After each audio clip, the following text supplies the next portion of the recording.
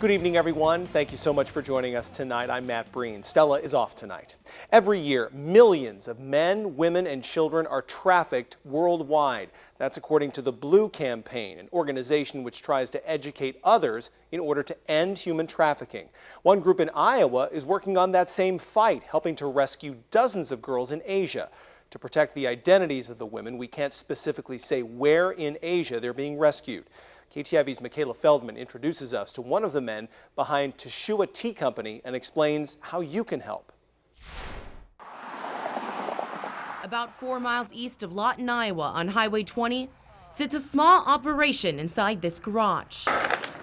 We really look to bring in the best products that we can. Products like tea and bracelets at Teshua Tea Company are made by women a world away, escaping an unforgettable and life-changing trauma. To date, we've rescued over 45 girls, or had a hand in rescuing over 45 girls. For about 5 years, Bradley Hopp and his business partner Andrew have been making a difference in the lives of dozens of girls who were forced into sex slavery in Asia. One of the youngest girls was 11 when she came to us, and my partner literally picked her up and carried her out of the brothel on his shoulders. The girls then go to the Teshua House, a rescue and rehab house in Asia, where they learn how to read and write, creating bracelets, coasters, clay figurines, and tea.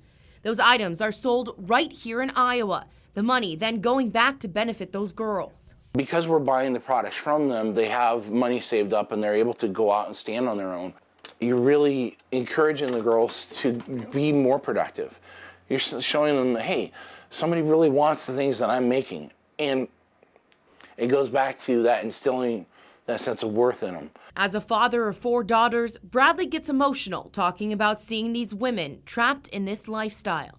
If I stop and think about it, it's hard. It's difficult for me to see them in the situations.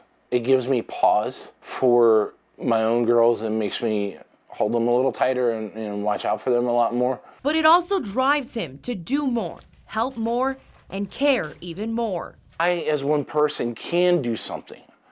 I, as one person, through my network and through the people that I know, can make a change.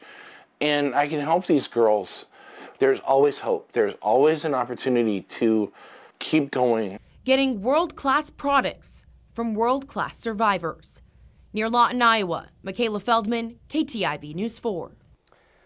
Hopp says they have 22 girls and 2 female staff living in that 2,300 square foot house in Asia.